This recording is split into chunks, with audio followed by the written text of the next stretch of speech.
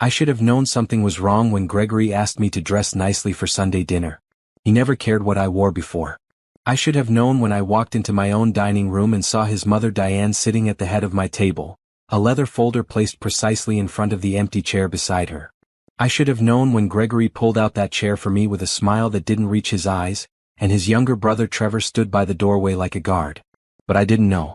Not until I sat down. "Naomi, we need to have a serious conversation about fairness," Diane began, her manicured nails drumming against the folder.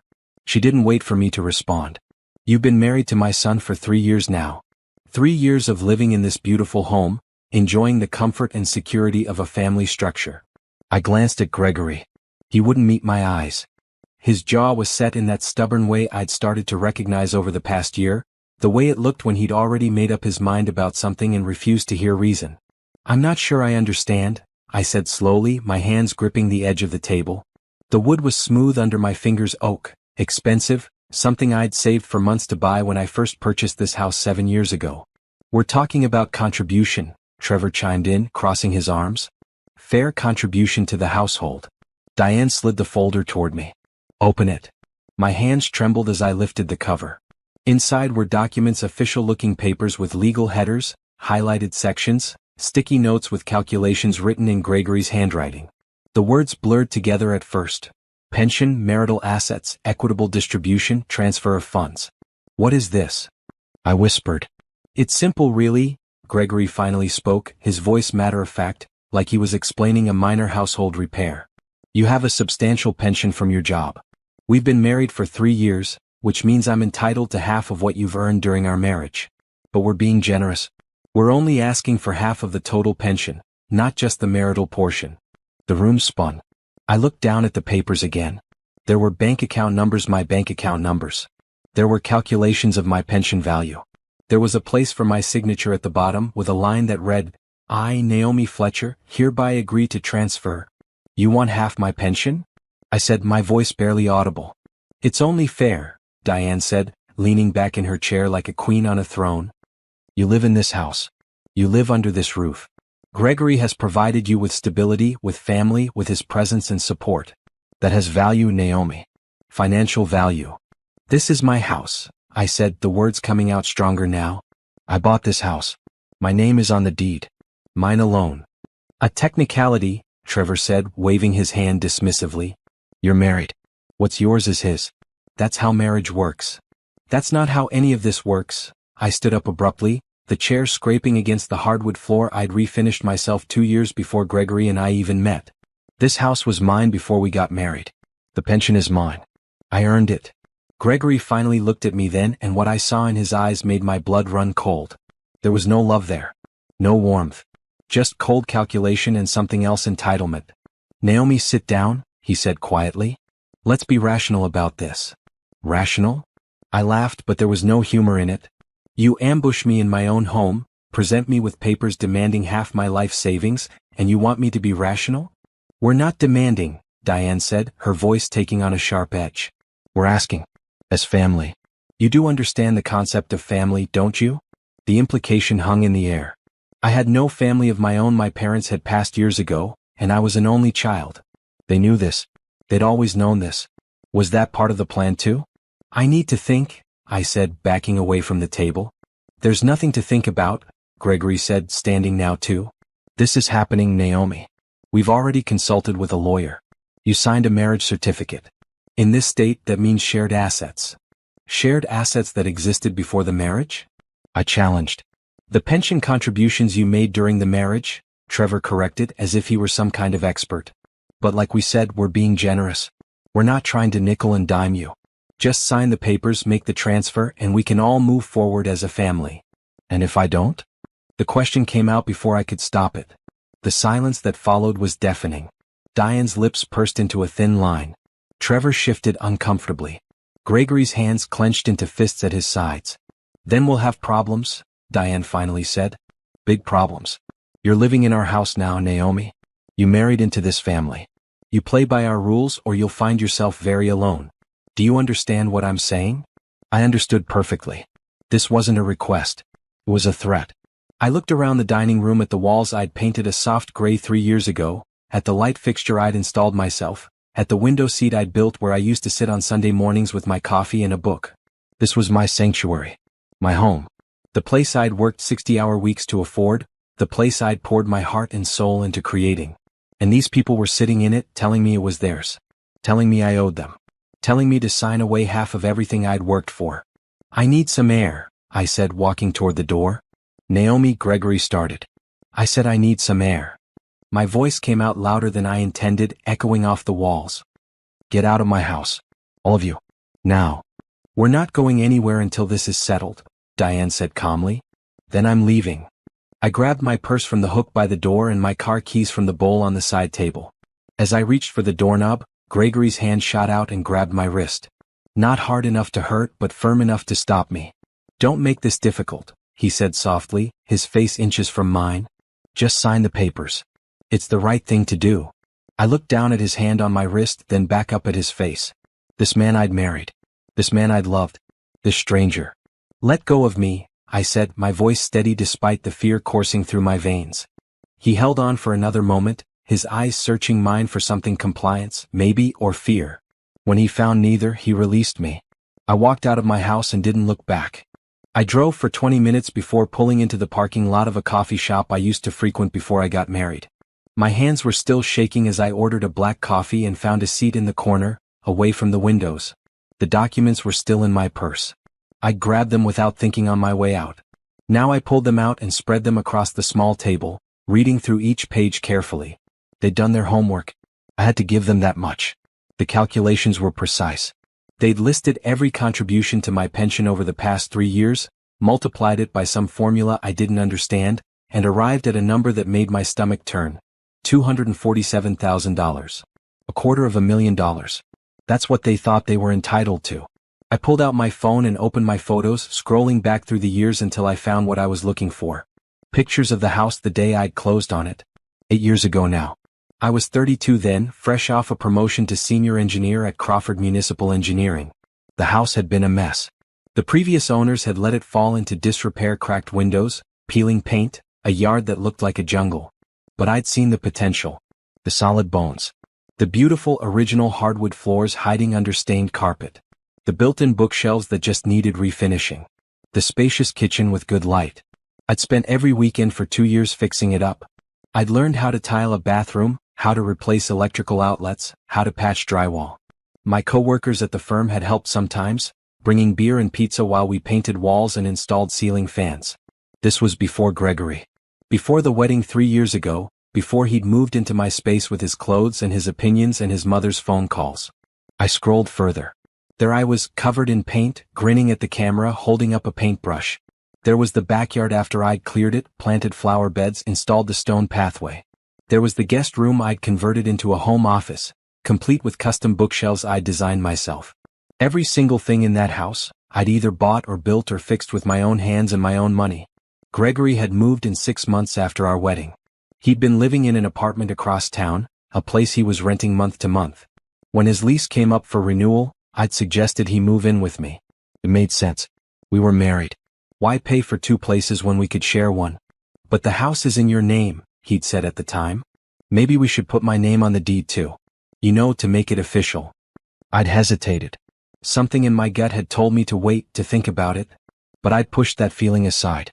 "Let's wait until we refinance," I'd said. "The interest rates might drop. We can add you then." He'd agreed.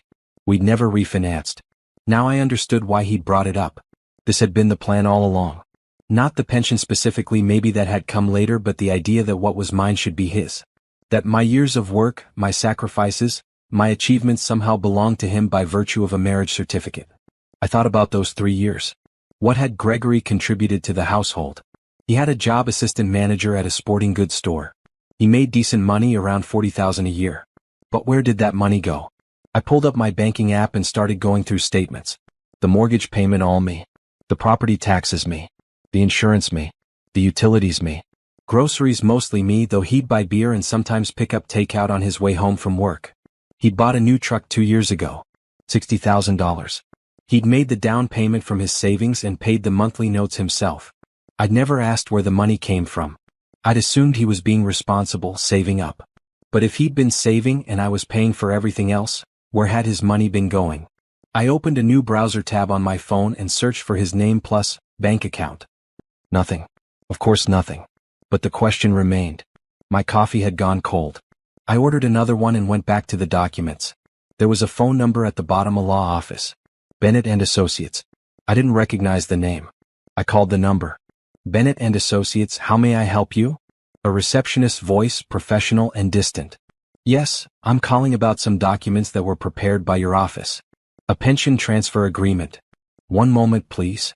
The hold music was classical, generic. My leg bounced under the table. This is Sharon Bennett. How can I help you? Ms. Bennett, my name is Naomi Fletcher. Your office prepared some documents regarding my pension. I'm calling to verify that these are legitimate. I'm afraid I can't discuss client matters over the phone without proper identification. However, if you received documents from our office, they would have our official letterhead and stamp. They do. Then yes, they're legitimate. If you have questions about the specific terms, you'll need to schedule an appointment. We're currently booking into next week. Who hired you? I asked. Who's your client? As I said, I can't discuss. I'm not asking for details. I'm asking who I'm dealing with. My husband? His mother? Who signed the check? There was a pause. The retainer was paid by Diane Fletcher. But the matter concerns you and your husband, Gregory Fletcher. I see. Thank you. I hung up before she could say anything else. Diane had paid for the lawyer. Of course she had. This was her plan. She'd probably been planning it since the day Gregory and I got engaged. I thought back to the wedding. Small ceremony, just immediate family and a few friends. Diane had insisted on hosting the reception at her house. She'd paid for everything, the food, the decorations, the cake. I thought she was being generous. Now I wondered if it had been an investment. My phone buzzed. A text from Gregory. Where are you? Come home. We need to talk like adults. I stared at the message. Come home. Like I was a child who'd run away from a disagreement. Like I was being unreasonable. I typed back, I need time to think. His response was immediate. There's nothing to think about. This is happening. I put my phone face down on the table. The coffee shop was filling up with the evening crowd, students with laptops, couples on dates, a group of teenagers laughing over shared desserts. Normal life. Normal people with normal problems. I'd been one of them once. Before Gregory. Before this marriage that I'd thought was based on love but now realized might have been based on something else entirely. My phone buzzed again. And again. I flipped it over. Gregory, Mom says you're being selfish. Gregory, this is what married people do. They share. Gregory, you're embarrassing me in front of my family. Gregory, answer me. I turned my phone off. The documents sat on the table in front of me, all neat and official and wrong. I gathered them up, slipped them back into my purse and stood up. I knew what I had to do. I'd known the moment I'd walked out of that house. I just needed time to accept it. I didn't go home that night. Instead, I checked into a hotel near the airport, a simple place with clean rooms and no questions asked. I needed space to think, to plan, to figure out my next move without Gregory's texts and calls and his mother's voice echoing in my head. The hotel room was generic beige walls, floral bedspread, a desk with a lamp and a Bible in the drawer. I sat at that desk and pulled out my laptop. First, I needed to understand exactly what I owned and what I didn't. I needed documentation. Evidence. Facts. I logged into my bank account. I'd been doing my banking with the same credit union for 15 years. They'd given me my first car loan, my mortgage, my business credit card. I trusted them. I downloaded every statement from the past 5 years, 2 years before the marriage, 3 years during. Then I opened a spreadsheet and started entering data. It took 3 hours. By the time I finished, it was past midnight and the picture was clear. Before Gregory moved in, my monthly expenses had averaged around $3,000. Mortgage, taxes, insurance, utilities, groceries, gas, phone, internet, the occasional dinner out or weekend trip. I'd been comfortable. My salary as a senior civil engineer was $95,000 a year, plus benefits and pension contributions. I'd been saving about $20,000 annually. After Gregory moved in, my expenses had jumped to $4,500 a month. The mortgage and taxes were the same, but everything else had increased. Higher utility bills because he kept the air conditioning at 65 degrees all summer. More expensive groceries because he ate twice what I did.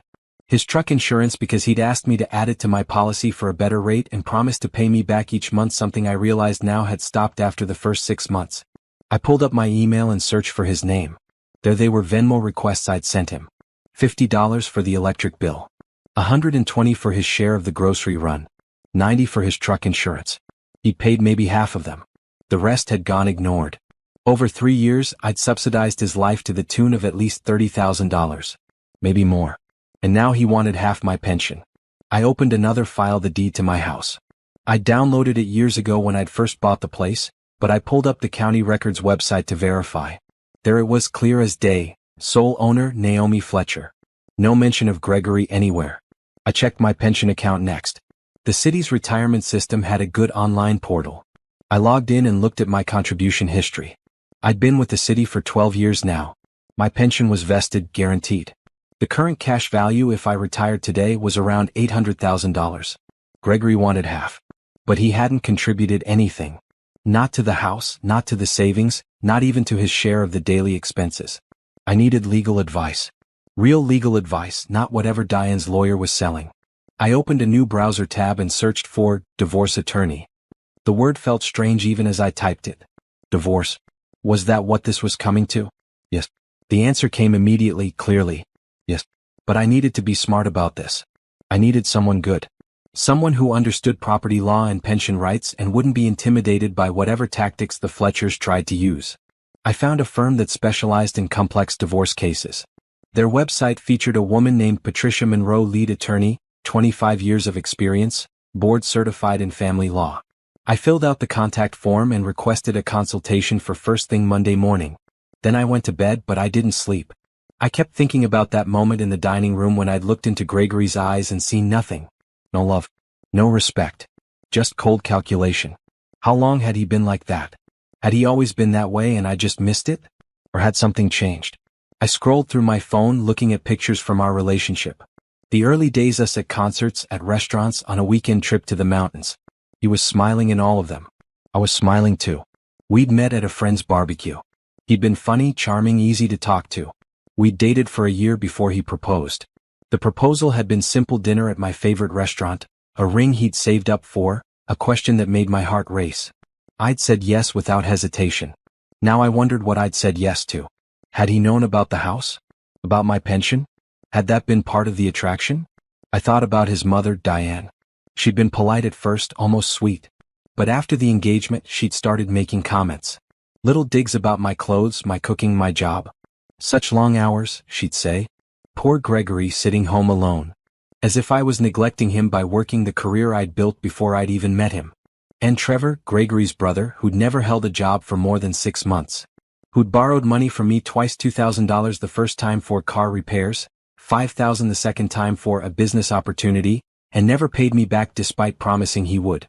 I'd been a mark. The thought hit me like a physical blow. I'd been a target from the start. A woman with assets and no family to protect her. Perfect. My phone lit up on the nightstand. A text from Gregory sent hours ago that I was just seeing now because I turned my phone back on. I know you're upset. I get it. But Mom is right. This is about fairness. You have so much and I have so little. Is it so wrong to want to share? I read it 3 times. Each time I felt colder. He thought I had too much. He thought he deserved a piece of it. Not because he'd earned it, not because he'd contributed to it, but simply because he'd married me. I took screenshots of the text. I screenshot everything: his messages, his brother's messages asking to borrow money, the Venmo requests he'd ignored.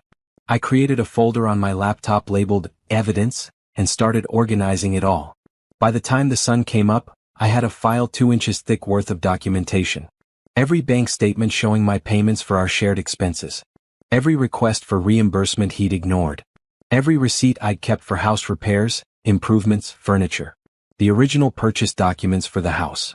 My employment records showing my salary history and pension contributions. I also had a plan.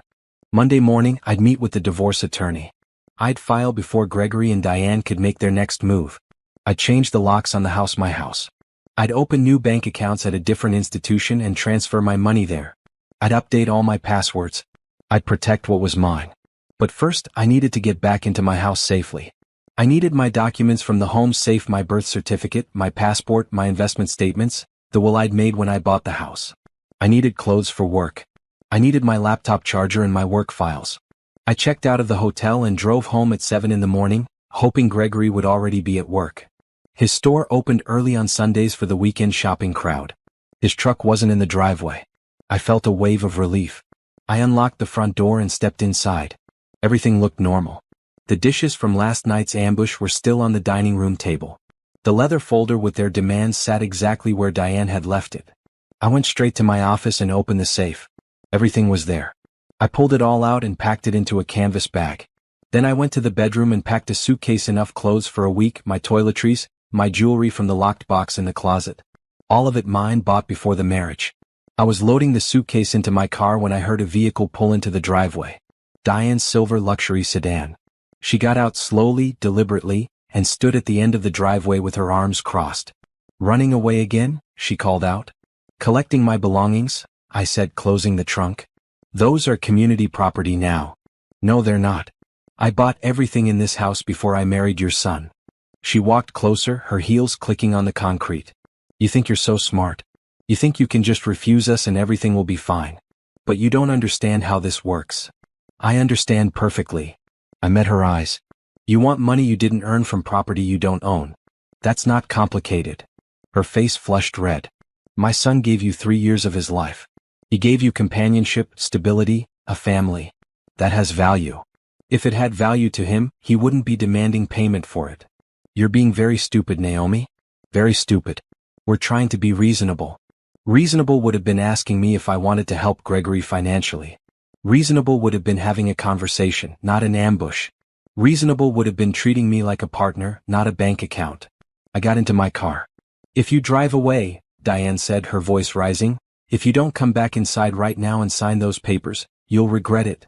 We'll make sure you regret it." I started the engine. "Have a nice day, Diane." I backed out of the driveway and left her standing there, her face twisted with rage. In my rearview mirror, I saw her pull out her phone. Calling Gregory probably. Or Trevor. Or her lawyer. I didn't care. Let them plan. Let them scheme. I had plans of my own now. Patricia Monroe's office was in a converted historic building downtown, the kind with high ceilings and crown molding and windows that actually opened. The waiting room had comfortable chairs and fresh flowers on the reception desk. The receptionist offered me coffee, which I accepted gratefully. I'd barely slept since Sunday. It was now Monday afternoon. I'd taken a personal day from work and I was running on caffeine and adrenaline. "Miss Fletcher?" A woman appeared in the doorway. Tall, maybe 55, with silver hair cut in a sharp bob and glasses that made her look both intelligent and approachable. "I'm Patricia Monroe. Come on back." Her office was lined with law books and had a large desk positioned in front of windows overlooking the city. She gestured for me to sit in one of 2 leather chairs facing the desk. "Thank you for seeing me on short notice," I said. "Of course. Your intake form mentioned some urgency regarding property and pension concerns." She pulled out a legal pad and a pen. "Why don't you start from the beginning?" I told her everything. The Sunday dinner ambush. The documents demanding half my pension. The house I'd owned for 8 years before marrying Gregory. The 3 years of marriage where I'd paid for everything. His mother's threats. The lawyer she'd already hired. Patricia took notes the entire time, her expression neutral but focused. When I finished, she set down her pen. "First, let me be very clear about something," she said. "What your husband and his family attempted is called financial coercion, and it's taken very seriously by the courts. The fact that they ambushed you with legal documents demanding you sign over assets is actually a good thing for your case." "How is that good?" I asked. "Because it shows intent. It shows this wasn't a conversation about marital finances. It was an attempt to intimidate you into giving up property and assets you're not legally required to share." She flipped through the papers I'd brought. "Your house was purchased 8 years ago, 5 years before the marriage?" "Yes." "And the deed is in your name only?" "Yes." "Any refinancing since the marriage where he could claim he contributed?" "No." "Same mortgage, same terms." She made a note. "Good. In this state, property owned before marriage remains separate property unless it's been commingled or retitled. Since your home is in your name only and was purchased with your funds before the marriage, it's yours. He has no claim to it." I felt something loosen in my chest. "And the pension?" "More complicated but still in your favor. Pension contributions made during the marriage are considered marital property, but only the portion earned during the marriage. If you've been contributing for 12 years and you've been married for 3, he'd only have a potential claim to the 3 years of contributions during the marriage, And even that would be divided equitably, not equally. What's the difference? Equitable means fair, based on circumstances. The court looks at what each party contributed to the marriage financially, domestically, emotionally. If you paid all the bills, maintained the home, and funded the lifestyle while he contributed minimally, the court isn't going to award him 50% of anything. Their lawyer told them he was entitled to half my total pension. Patricia's eyebrows raised. Their lawyer Sharon Bennett is either grossly incompetent or deliberately misleading them. Did you sign anything?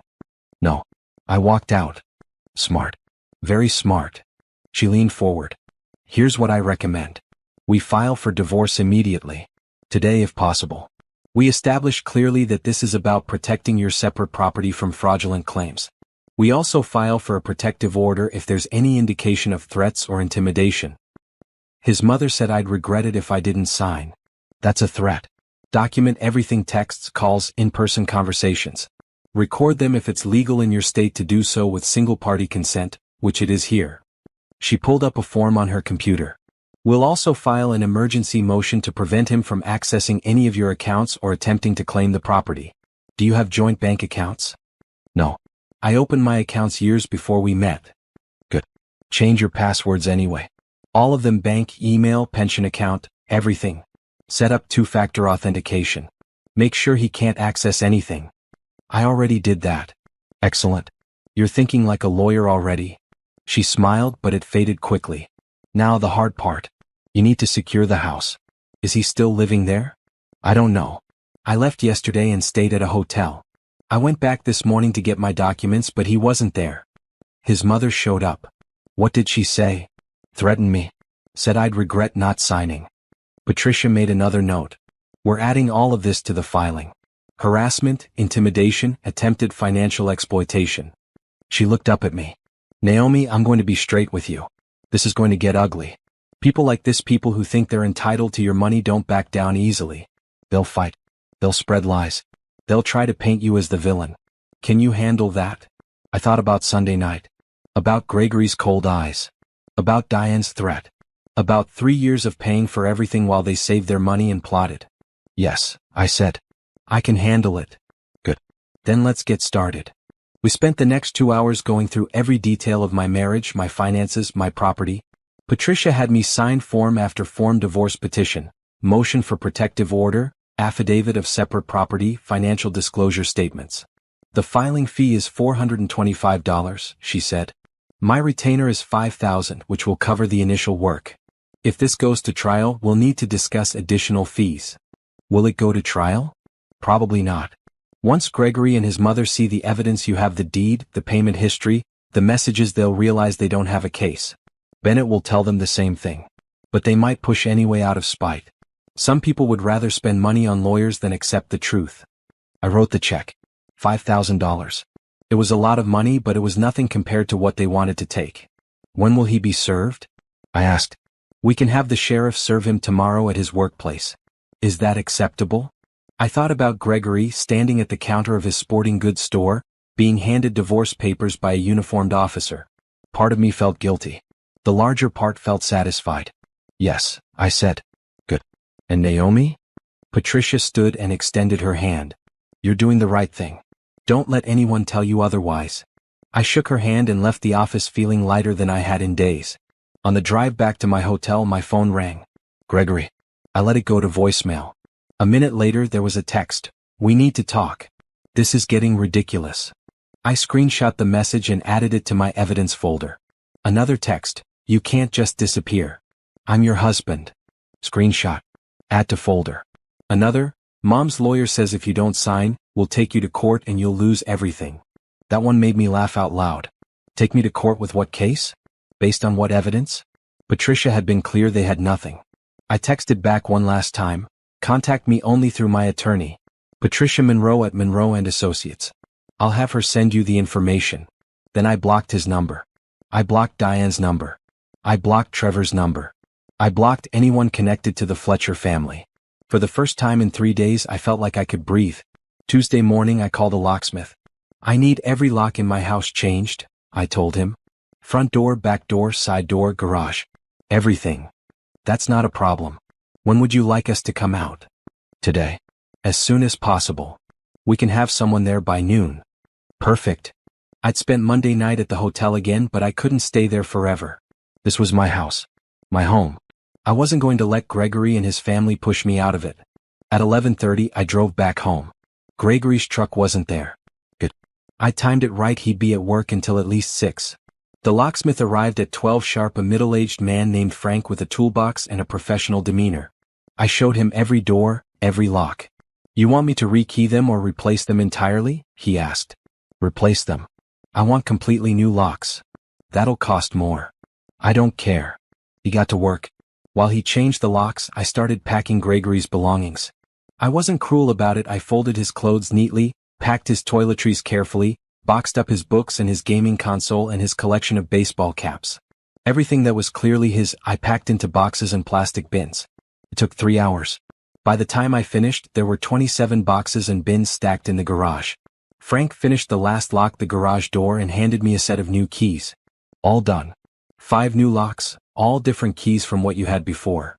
Thank you. Do you want the old locks? No. Dispose of them however you normally do.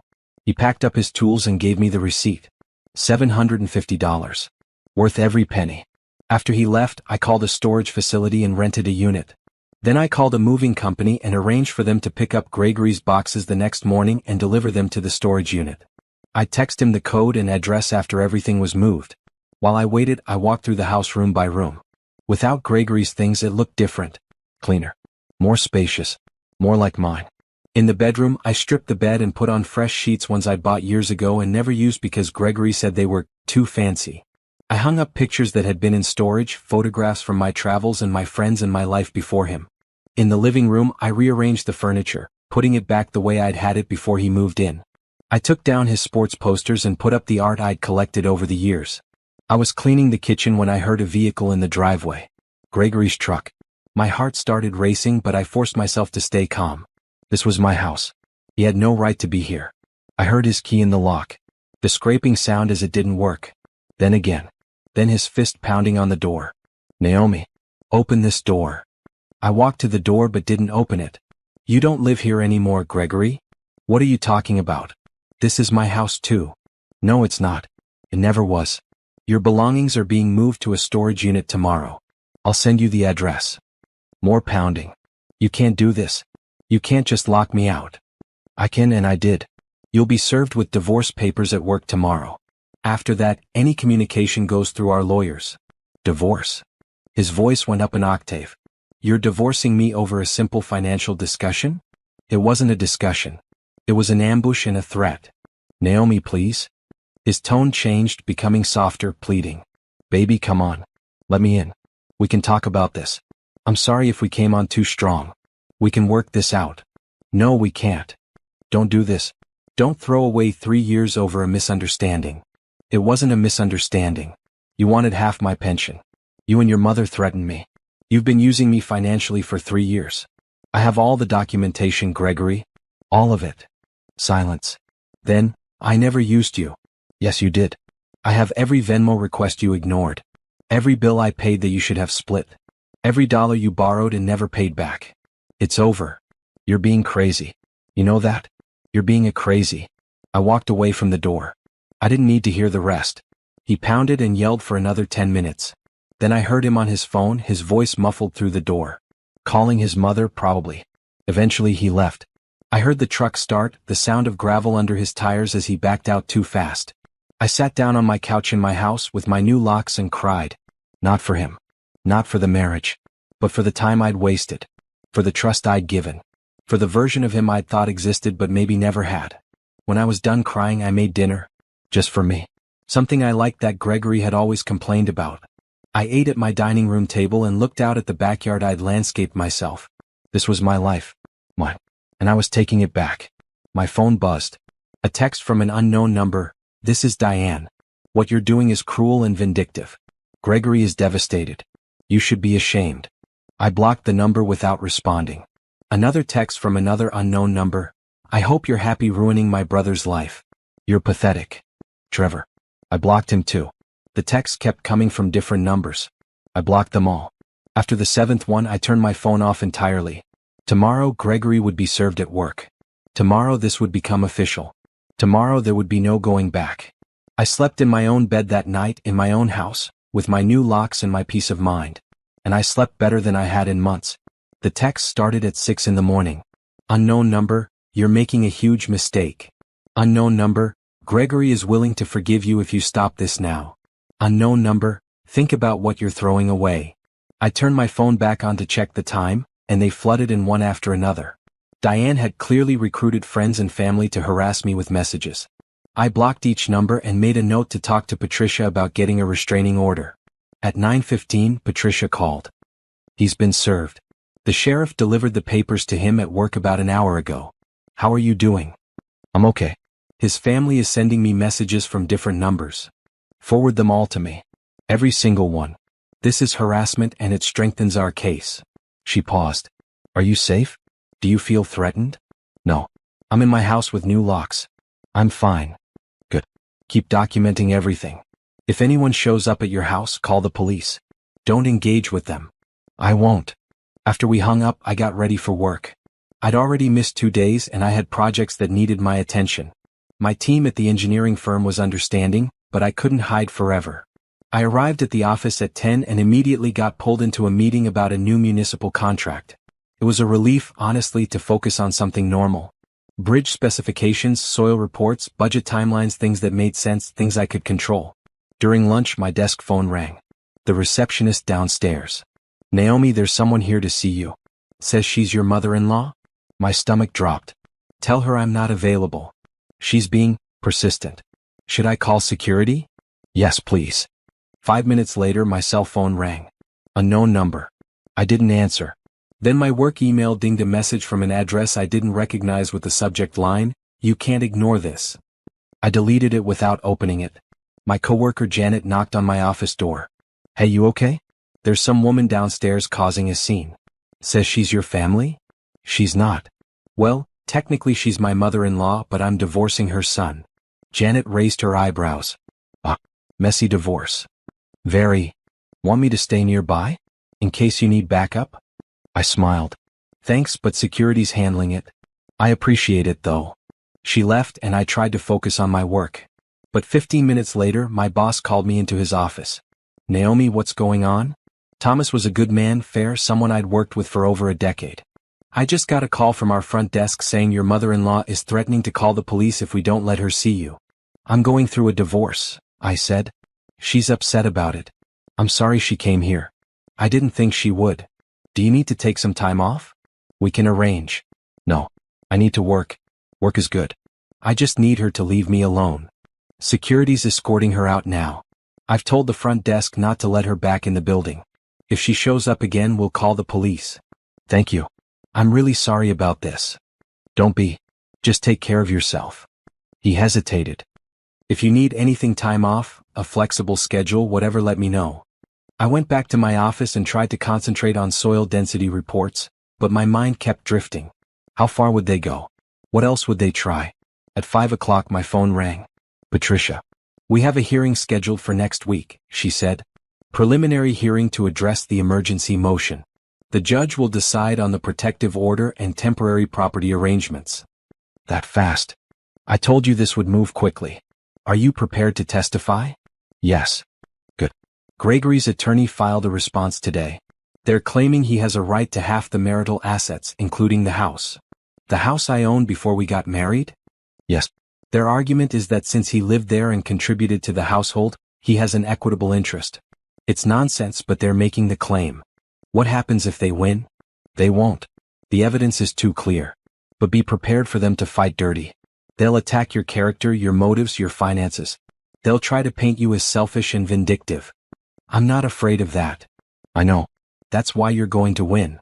After the call, I drove home, checking my rearview mirror constantly to make sure no one was following me. The driveway was empty.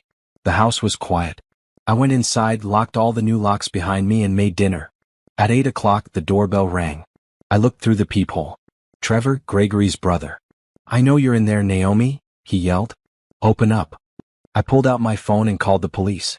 I need to report someone trespassing on my property, I told the dispatcher. I gave her my address and described Trevor. Officers are on the way. Stay inside and don't open the door. Trevor kept ringing the bell, pounding on the door, yelling. This is ridiculous. You're tearing this family apart. All over money. You're so selfish. I recorded everything on my phone, the yelling, the pounding, the accusations. The police arrived 10 minutes later. I watched from the window as they talked to Trevor on my front lawn. He gestured wildly, pointing at the house, clearly trying to explain why he had a right to be there. One officer came to my door. I opened it, keeping the chain lock on. Miss Fletcher? I'm Officer Rodriguez. Are you okay? I'm fine. That's my soon-to-be ex-brother-in-law. I'm going through a divorce and his family is harassing me.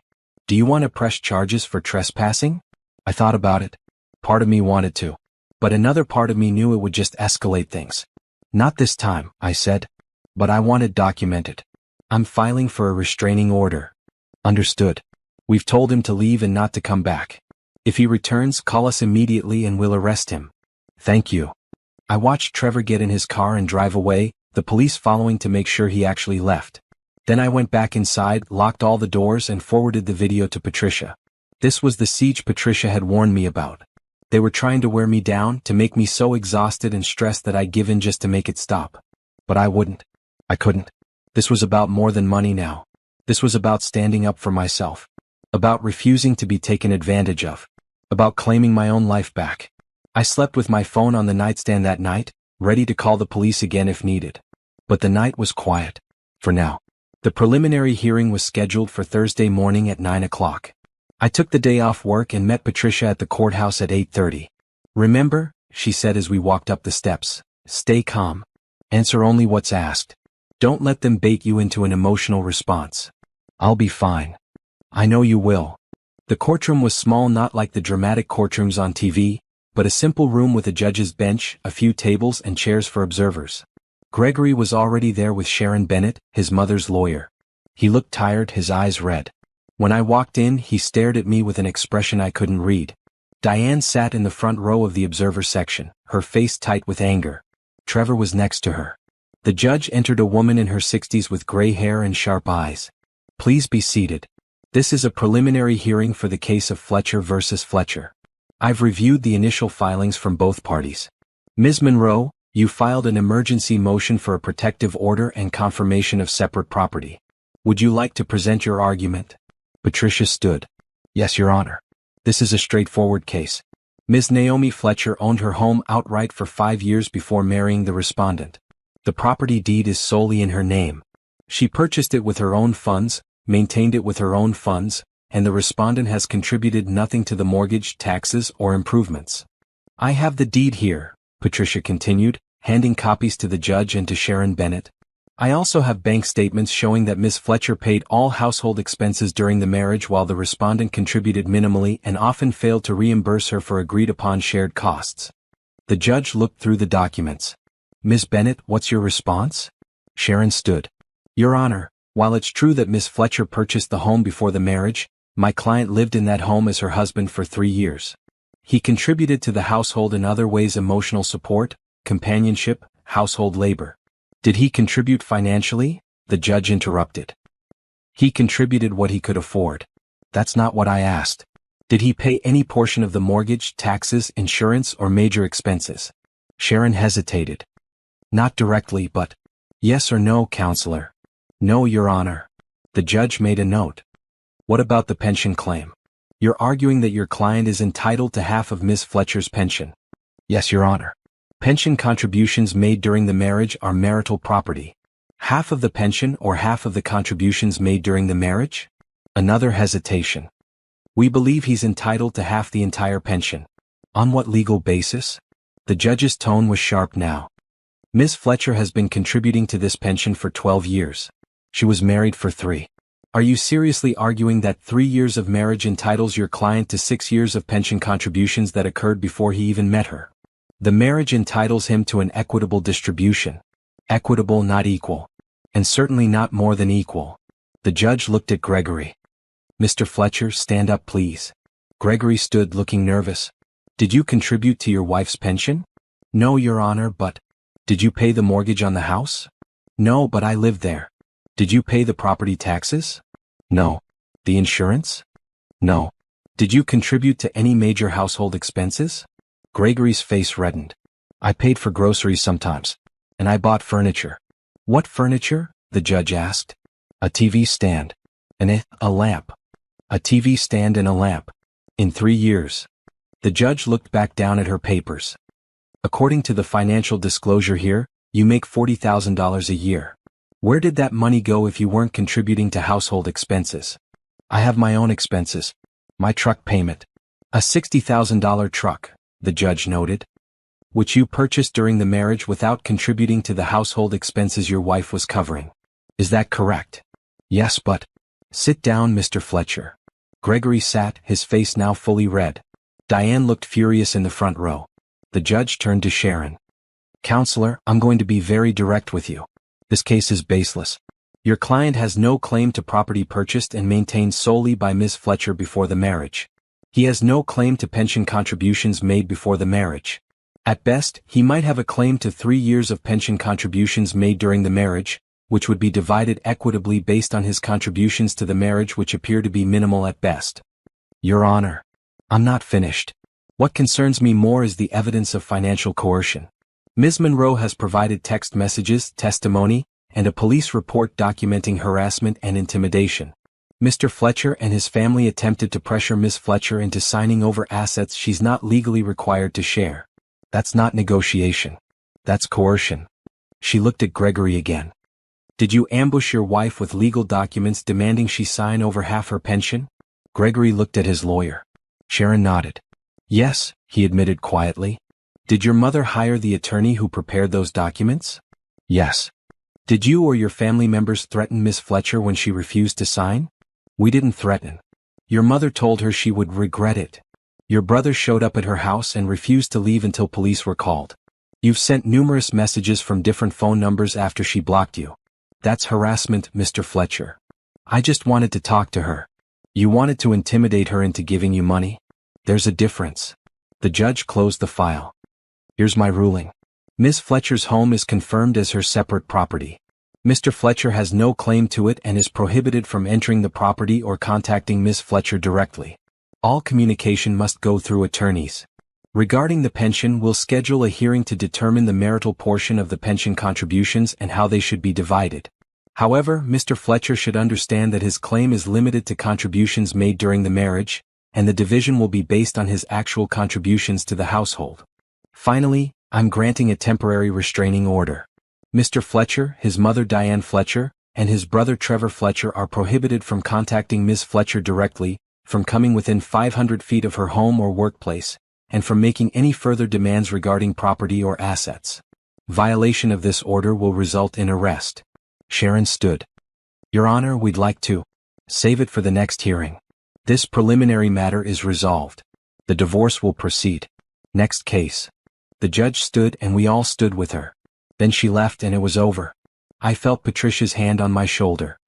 That went well. That went better than well, I said, relief flooding through me. She saw right through them. Across the courtroom, Sharon was talking to Gregory in hushed, angry tones. Diane was standing now, glaring at me with pure hatred. Let's go, Patricia said. Don't engage with them. We walked out of the courtroom and into the hallway. Behind us, I heard Diane's voice. This isn't over, Naomi? I didn't turn around. I just kept walking. Outside, in the bright sunlight, I finally let myself breathe. What happens now? I asked Patricia. Now we wait for the next hearing on the pension division. But honestly, after that performance in there, I'd be surprised if they don't settle. The judge made it very clear they don't have a case. What if they don't settle? Then we go to trial and they lose. Either way, you're going to be fine. I believed her. For the first time since this whole nightmare started, I believed everything was going to be fine. 2 days after the hearing, on Saturday morning, I was in my backyard pulling weeds from the flower beds when I heard the doorbell ring. I almost didn't answer it. I'd been enjoying the peace, the quiet, the simple satisfaction of working with my hands in the garden I'd created. But the bell rang again and I sighed, pulled off my gardening gloves and went inside. Through the peephole, I saw a woman I didn't recognize. 30s, professionally dressed, holding a small plant in a pot. Can I help you? I called through the door. Naomi? My name is Beverly Fletcher. I'm Gregory's sister. Please don't close the door, I'm not here to cause trouble. I just want to talk to you. Please. Gregory had a sister? He'd never mentioned a sister. In 3 years of marriage, he'd never once talked about having a sister. I opened the door but left the chain lock on. He never told me he had a sister. I'm not surprised. Beverly smiled sadly. I've been estranged from the family for 6 years. But I heard about what's happening through a mutual friend, and I wanted to come apologize to you. For what they did. For what they're doing. Why? Because they did it to me too. I studied her face. She had Gregory's eyes but softer somehow, kinder. There was no calculation there, no coldness. I unhooked the chain and opened the door. Come in. She handed me the plant, a small lavender in a ceramic pot. Peace offering. I know it's not much. Thank you. We sat in my living room. I made coffee and she looked around the space with appreciation. This is a beautiful home, she said. You did all this yourself? Most of it, yes. Gregory always did have an eye for accomplished women. She took a sip of her coffee. That's his type. Women with their lives together. Women with assets. I'm starting to understand that. Beverly set down her cup. I need to tell you something. Something that might help you understand what you're dealing with. 6 years ago, I was married to a man named Christopher. Good man, successful architect. We bought a house together in my name because my credit was better. Chris contributed to payments, but the deed was mine. My mother Diane convinced Gregory and Trevor that Chris was using me. That I needed to protect myself. She talked me into asking Chris for half the value of the house as insurance, even though we weren't getting divorced or anything. She said it was just smart financial planning. What happened? I asked. Chris left me. He said if I trusted my mother more than I trusted him, then we didn't have a marriage. He was right. I lost him because I listened to her. And you want to know the worst part? After Chris left, my mother sat me down and explained her real plan. Beverly's eyes filled with tears. She wanted me to marry Chris for his connections in the architecture community. She thought it would help Trevor get a job, help Gregory get contracts. When Chris refused to play along with her networking schemes, she wanted me to extract money from him as compensation for wasting my time. Those were her actual words. I felt sick. She planned it? She plans everything. Gregory and Trevor, they're not bad people on their own. They're weak people who listen to a manipulative woman. She raised them to believe that marriage is a transaction, that women with money owe them something, that taking advantage of a spouse is just smart business. I cut them all off after Chris left. I moved across the country, changed my numbers, started over. I built a good life. I'm remarried now to a wonderful man, and we have a prenup because I learned my lesson. She smiled sadly. When I heard what they did to you, the ambush, the pension demand, I knew it was my mother's plan. Same playbook. Different target. Why are you telling me this? I asked. Because you need to know what you're fighting. It's not just Gregory. It's her. She's been doing this for years. My father was a successful contractor. When he died, she got everything, his business, his savings, his life insurance. Then she moved on to training her sons to do the same thing. She trained them to marry for money? She trained them to see marriage as an opportunity. Gregory's first girlfriend in college was a trust fund kid. He dated her for 2 years. My mother was already planning how they'd get access to her family's money. The girlfriend figured it out and dumped him. Beverly leaned forward. You're not the first, Naomi. You're just the first one who fought back. I didn't know what to say. The coffee had gone cold in my cup. I'm telling you this, Beverly continued, because I want you to know that you're doing the right thing. Don't feel guilty. Don't let them make you think you're being selfish or cruel. You're protecting yourself from people who see you as a resource, not a person. Thank you, I said quietly. I needed to hear that. There's something else. She pulled a folder from her bag. I kept records. Emails from my mother outlining her financial strategies. Text messages between her and my brothers about targeting women with assets. I've already sent copies to your lawyer Patricia Monroe, right? But I wanted to give you a set too. I took the folder and opened it. Inside were printed emails, screenshots of text messages, even handwritten notes. It was all there, Diane's calculations, her advice to her sons, her plans. One email, sent to Gregory 4 years ago, made my stomach turn. The engineer seems promising. Homeowner, good pension, no family to interfere. Be charming but don't commit until you see the financial statements. She vetted me, I whispered. She vets everyone. I'm so sorry, Naomi. I'm sorry my family did this to you. It's not your fault. No, but I should have warned someone. I should have spoken up years ago. Instead, I just disappeared and tried to forget they existed. She stood. I need to go. My husband is waiting in the car. He didn't want me to come alone. But if you need anything, if you need someone to testify about the pattern of behavior, call me. She handed me a card with her phone number and email. Thank you, Beverly. Thank you for fighting back. Maybe this time, my mother will finally face consequences for what she does. I walked her to the door and watched her get into a car where a man sat in the driver's seat, clearly worried about her. She waved as they drove away. I went back inside, sat down with the folder and read through everything. By the time I finished, I wasn't hurt anymore. I wasn't sad. I was angry. This wasn't about a failed marriage. This was about a predator who raised her children to be predators too. And I was going to make sure everyone knew it. The divorce hearing was scheduled for 3 weeks after Beverly's visit. Patricia spent those weeks preparing our case, and with Beverly's evidence, it became much more than a simple divorce proceeding. We're not just fighting for your property rights anymore, Patricia explained. We're exposing a pattern of fraud and financial abuse. The judge needs to see this. The morning of the hearing, I dressed in a navy suit and white blouse. Professional, confident, strong. I met Patricia outside the courtroom. Beverly is here, she said, gesturing to where Beverly sat on a bench, her husband beside her. She's ready to testify if needed. Do you think we'll need her? I don't know. Depends on how aggressive Sharon Bennett decides to be. We entered the courtroom. Gregory sat at the defendant's table with Sharon. Diane was not in the courtroom. Patricia had filed a motion to exclude her since she wasn't a party to the divorce and had been named in the restraining order. The judge, the same one from the preliminary hearing, entered, and we all stood. This is the final hearing for Fletcher versus Fletcher, she began. We're here to resolve remaining issues regarding property division and pension distribution. Ms. Monroe, you've filed additional evidence since our last hearing? Yes, Your Honor. Patricia stood and approached the bench with a thick folder. We've received documentation from Beverly Fletcher, the respondent's sister, showing a pattern of financial manipulation orchestrated by the respondent's mother, Diane Fletcher. This evidence demonstrates that the initial pension demand was part of a larger scheme to extract money from Ms. Fletcher through coercion and fraud. Sharon shot to her feet. Objection. This is character assassination. Whatever issues Mr. Fletcher's mother may have are irrelevant to this divorce proceeding. Your Honor, Patricia countered, the mother hired and paid for the attorney who prepared the fraudulent pension transfer documents. She was present during the initial confrontation. She made direct threats to my client.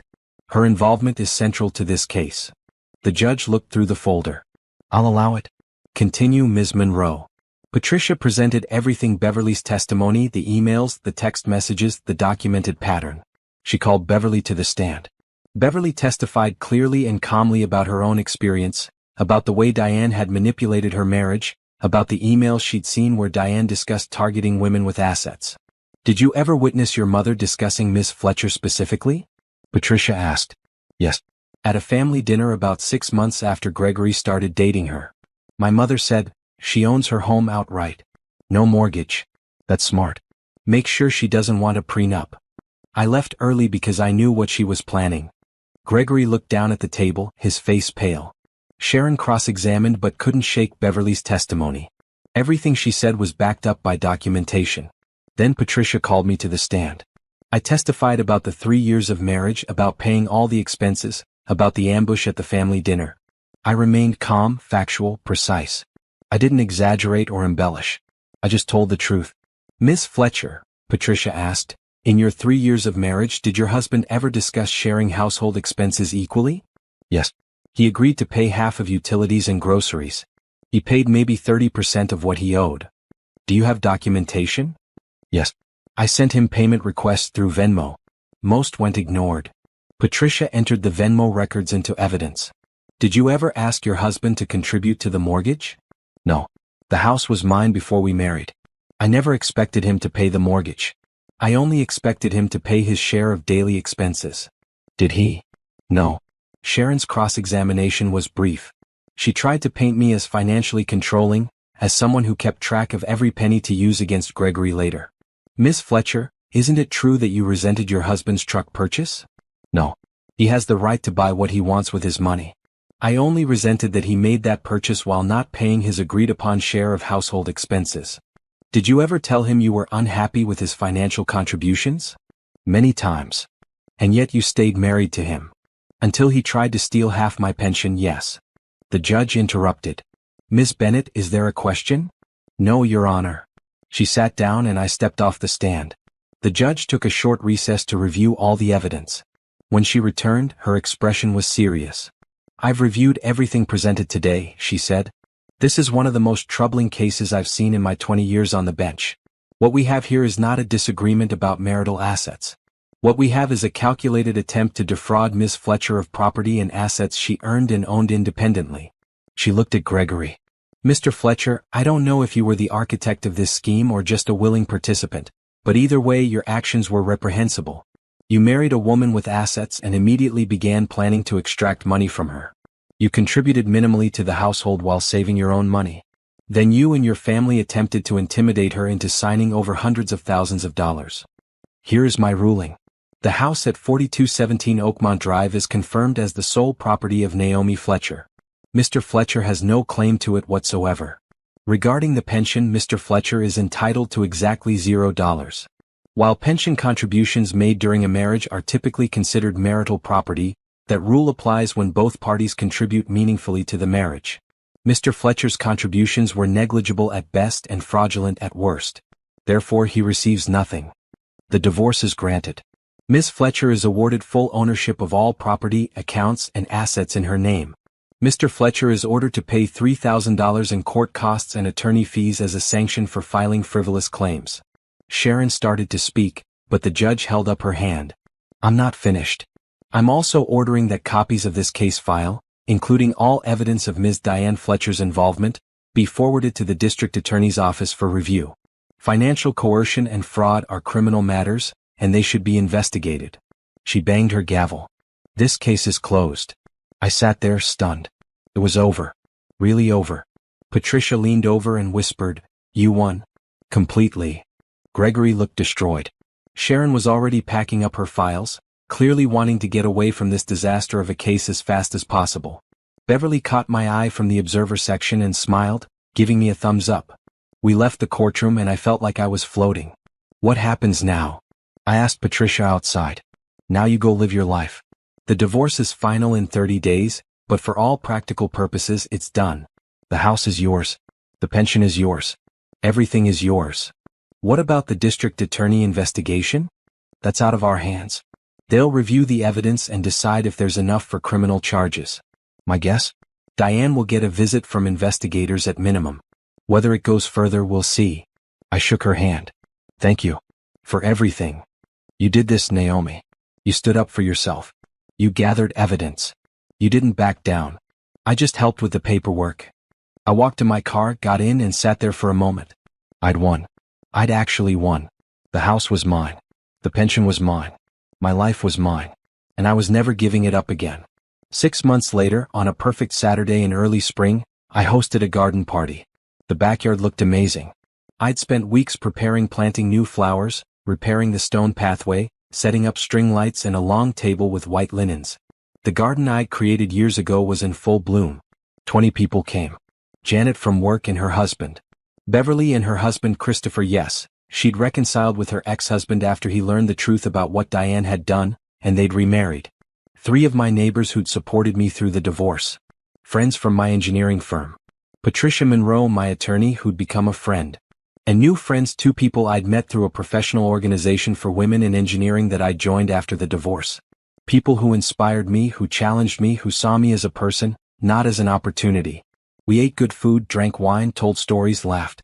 No one mentioned Gregory or Diane or the divorce unless I brought it up, and I mostly didn't. That was the past. This was the present. Your home is beautiful, one of the new friends said, a structural engineer named Candace who'd recently started her own consulting firm. How long have you been here? 8 years. I bought it when I was 32. By yourself. By myself. That's amazing. I'm trying to save up for a house now, but the market is crazy. It was crazy then too. But I made it work. Let me know if you want to talk strategy. I'm happy to share what I learned.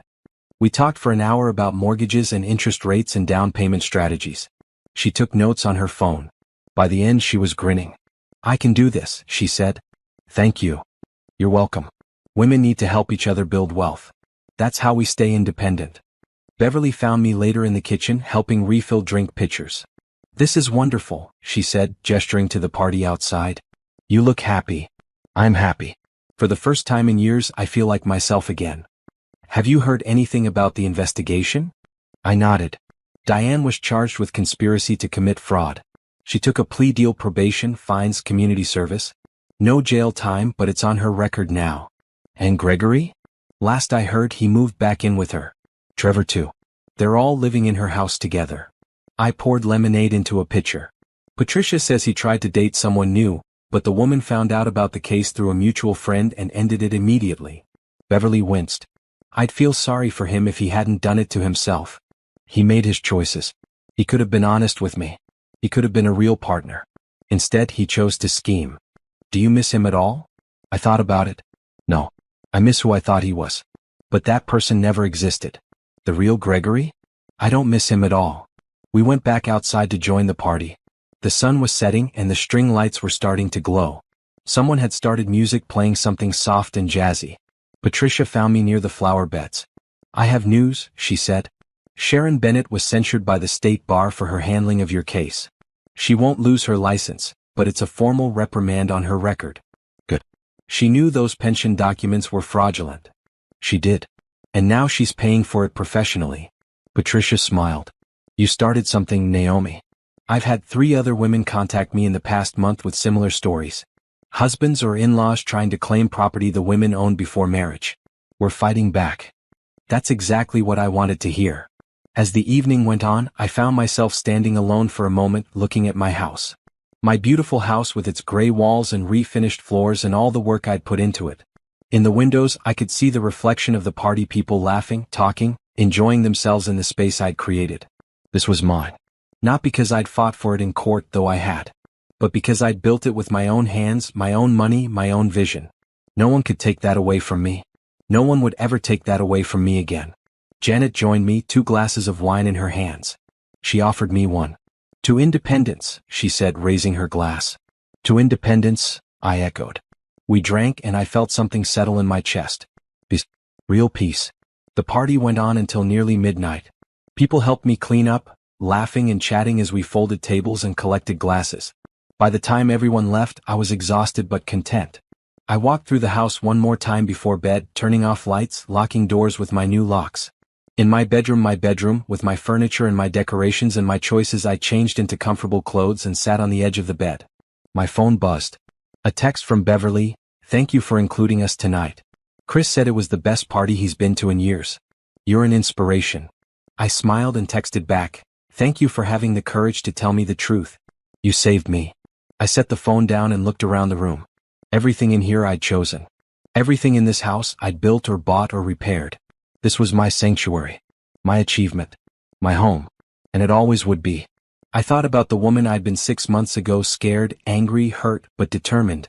I thought about standing in that courtroom telling my truth. I thought about changing the locks, filing the papers, refusing to back down.